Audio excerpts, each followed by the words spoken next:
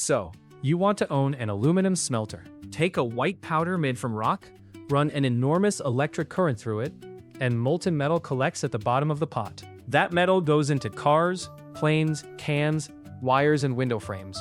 Modern life is partly built out of the thing you make. Sounds simple. It isn't. You are not really selling metal. You are selling electricity in a solid form. It takes roughly 14 megawatt hours of power to make 1 ton of aluminum, about what an average American home uses in more than a year. Melt that fact down, and one truth is left. A smelter does not own the metal.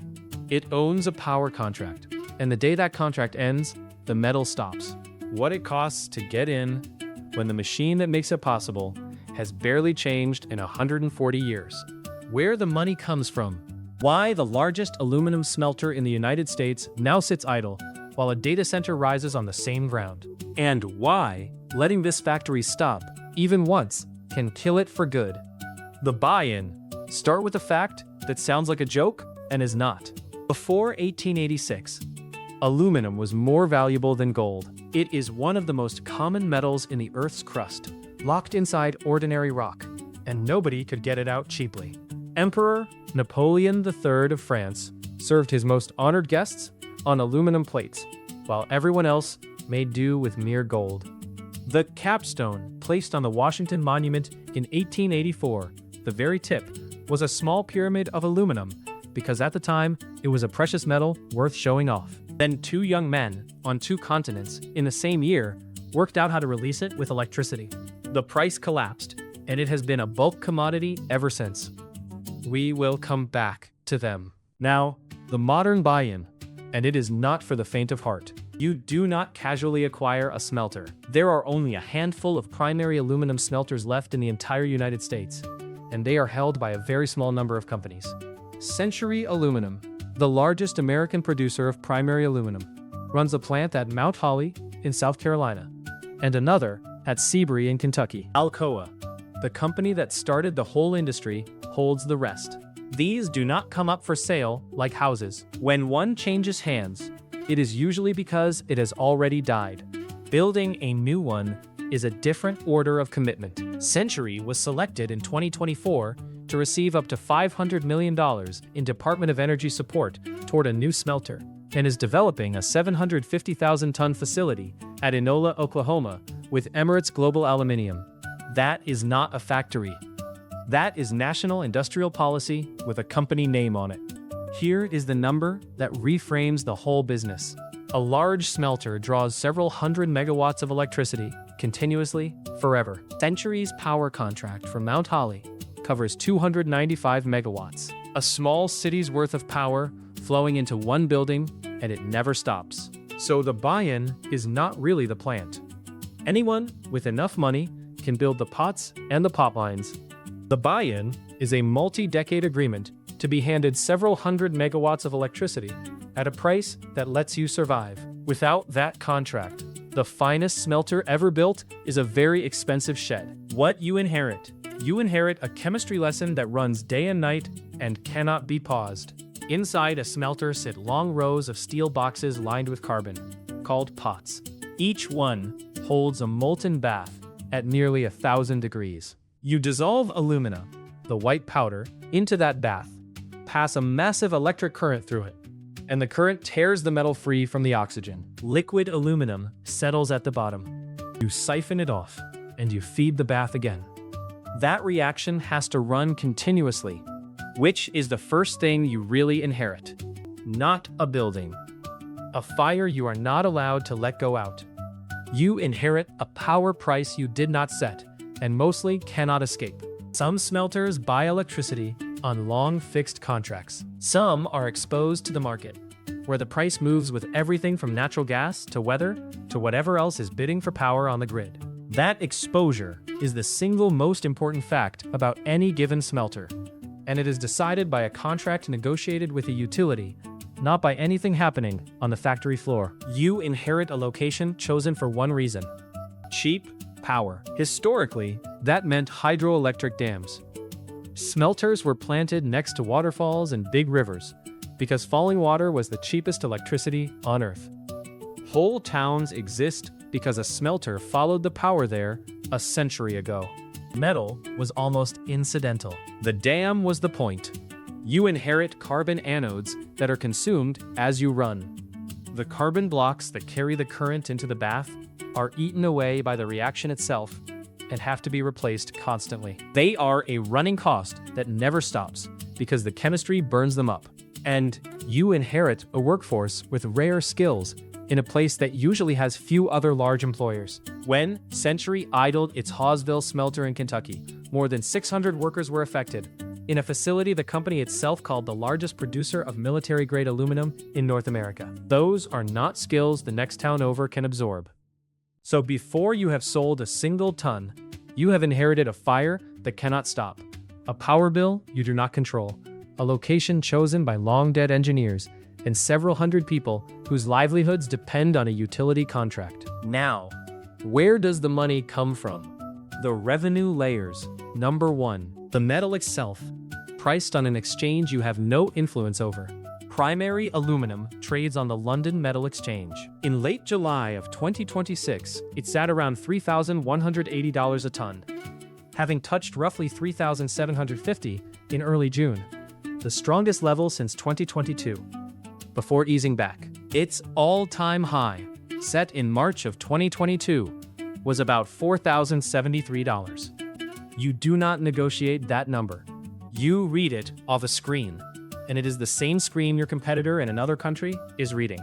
Number 2, a regional premium, which is quietly enormous. That exchange price is a global benchmark.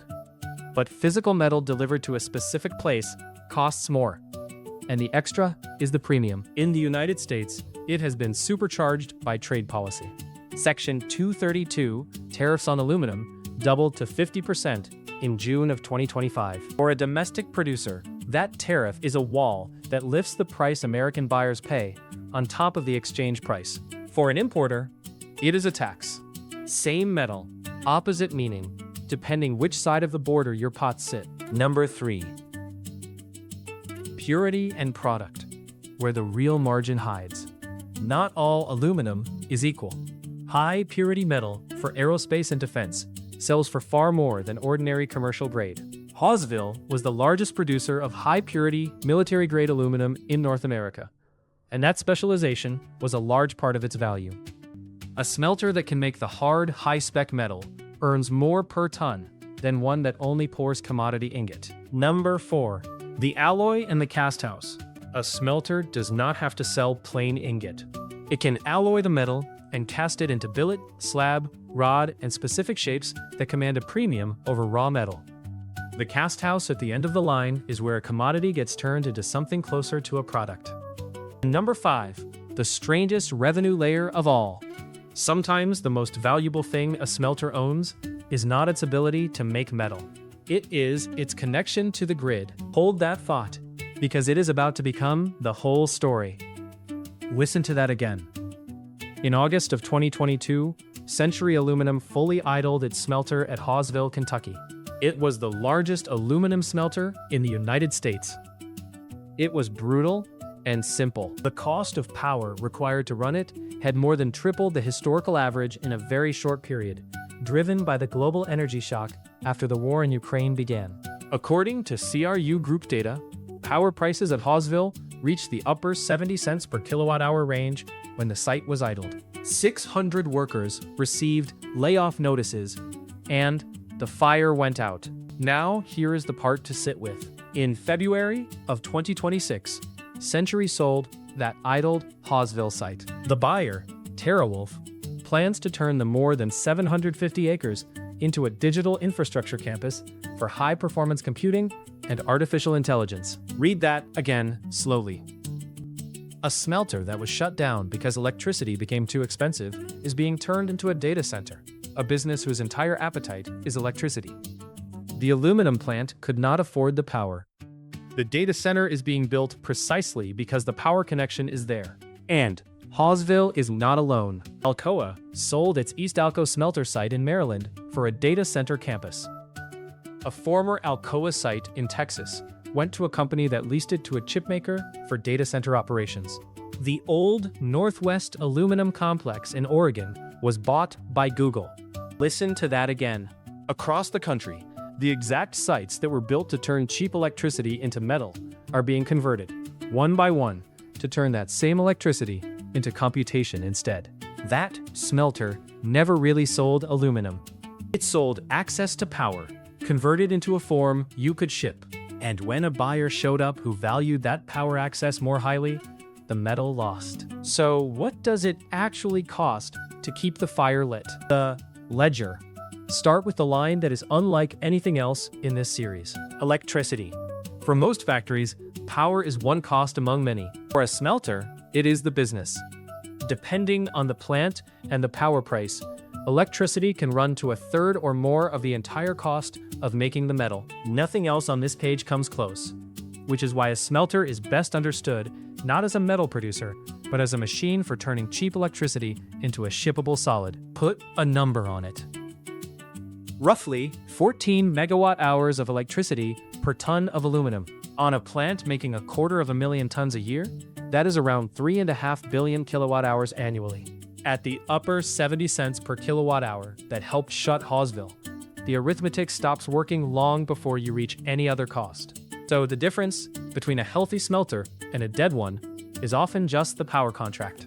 When Century restarted idle capacity at Mount Holly, the enabling event was not a tariff or a metal price. It was the extension of a long-term power agreement with the utility, Santee Cooper, that secured its electricity into the next decade. The contract came first. Everything else followed. Next line. Alumina. Before you can smelt aluminum, you need alumina, the white oxide powder, refined from bauxite ore. A real and significant cost, and its price moves with the global market for the ore and the energy used to refine it. A smelter is the last step in a chain, and the price of its raw material is set far upstream, out of its hands. Next, carbon anodes. The reaction eats carbon. The anodes that carry current into the bath are consumed continuously and must be baked, replaced, and managed as a permanent running expense. No anodes, no reaction. Next, labor and maintenance. A smelter runs every hour of every day, which means shifts around the clock and a large skilled crew to keep hundreds of pots alive. Maintenance never stops because the process never stops. Next, compliance and carbon policy. Smelting is energy intensive and depending on the power source, can be carbon intensive too. In Europe, a carbon border tax is entering its full phase, and even in the United States, the direction of environmental cost is one way. This is a growing line, not a shrinking one. And finally, the cost of being idle, the cruelest line in the whole ledger. When Century idled Hawesville, it did not stop spending money on it. In one recent year, the company reported curtailment charges of several $1 million just to maintain the plant, while it produced nothing. A dead smelter still costs money. It just stops earning any. Add it together, and you get a business whose dominant cost is a single utility bill, whose raw material price is set upstream, and which bleeds money whether it runs or stops. Which sets up the trap, and it is a physical one. The trap. An aluminum smelter cannot stop. And unlike almost any other factory, stopping can kill it permanently. Here is the physics. The metal inside those pots is molten, held at nearly 1,000 degrees by the current itself. Cut the power for too long, and the bath cools. Cool it far enough, and the molten aluminum and the electrolyte freeze solid inside the pot.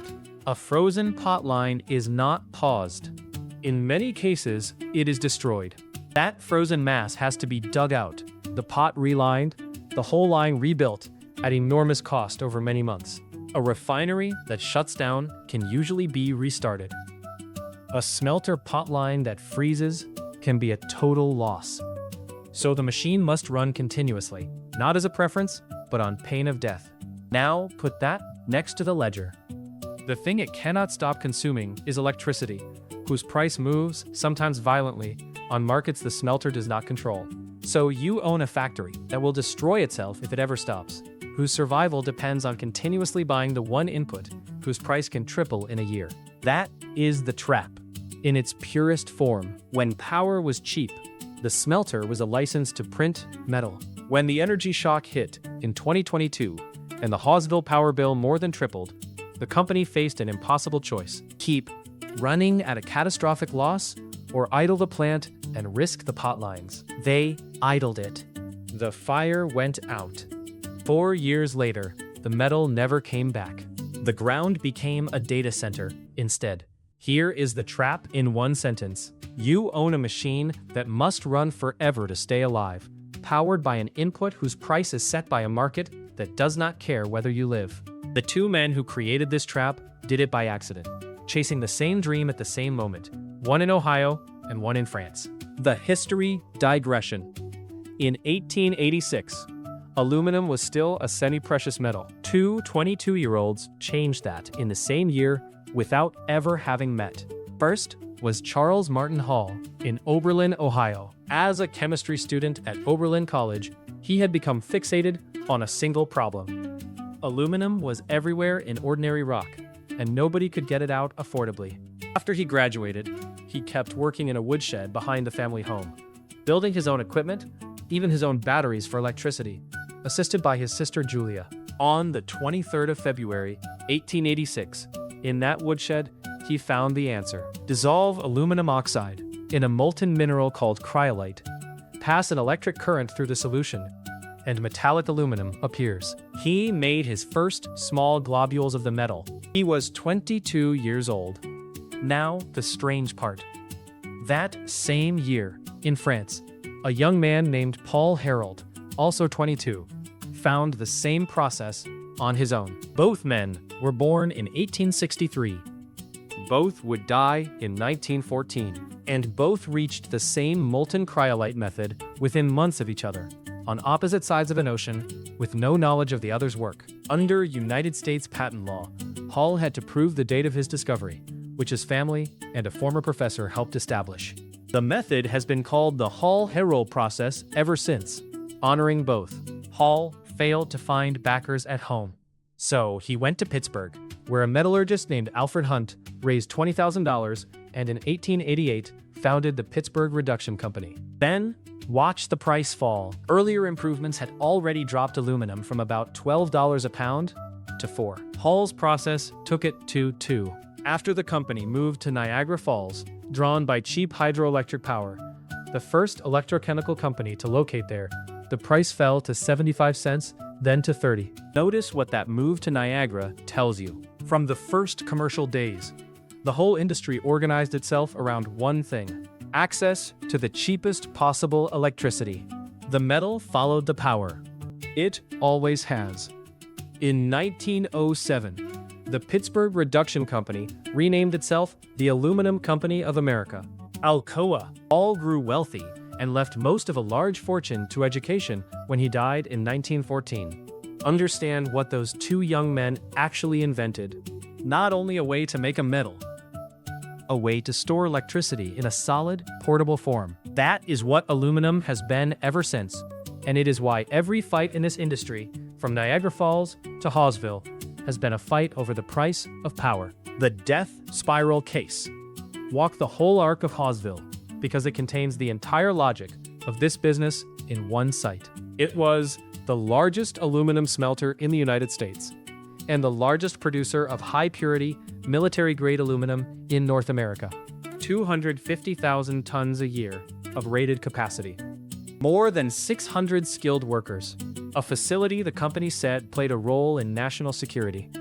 On paper, an asset you could not replace. First blow, the energy shock. When Russia invaded Ukraine in 2022, global energy prices spiked. Hawesville was exposed to market-based electricity, and the power cost required to run it more than tripled the historical average in a matter of weeks. Second blow. The physics gave no room to wait it out. The losses at those power prices were not slight, they were catastrophic, and the plant burns power whether metal prices cooperate or not. In June of 2022, the company announced it would idle the plant for 9 to 12 months, until it hoped energy prices returned to normal. 600 workers got layoff notices. Third blow. Normal never came back at a price that worked. Months of idling stretched into years. And a curtailed smelter is not free. The company kept spending millions a year just to maintain the dead plant. Then, the reversal that tells you what the asset really was. In February of 2026, Century sold the site to a company that will turn it into an artificial intelligence and high-performance computing campus. A smelter that died because it could not afford electricity is being replaced by a business built to consume electricity on the same ground, connected to the same grid. Century kept a small minority stake and framed it as a good outcome for a site dormant nearly 4 years. In a way, it was. But look at the lesson written in it. The smelter was never really a metal business that happened to use power. It was a power business that happened to make metal. When a buyer arrived who could turn that power connection into something more valuable than aluminum, the metal was finished. Not because the world stopped needing aluminum. Because the electricity was worth more doing something else. That is the death spiral of a smelter, not a slow decline in demand for the product. A single input, electricity, becoming too expensive to justify making the product at all, in a plant that cannot stop without destroying itself. The survivors. Habit 1. Lock the power for as long as you possibly can. Everything here comes back to the electricity contract. The smelters that survive have long, stable, affordable power agreements. Mount Holly restarted capacity not because metal prices soared, but because it secured a multi-year power deal. The contract is the asset. The pots are only what you plug into it. Habit 2. Own your own power, if you can. The strongest position of all is not to buy power, but to generate it. This is why the industry was born next to hydroelectric dams, and why survivors cluster around cheap, captive generation. A smelter with its own dam does not fear the energy market. A smelter buying on the open market lives and dies by it. Habit 3. Make the metal nobody else can. Commodity ingot competes with the whole planet on price, and the whole planet includes places with far cheaper power.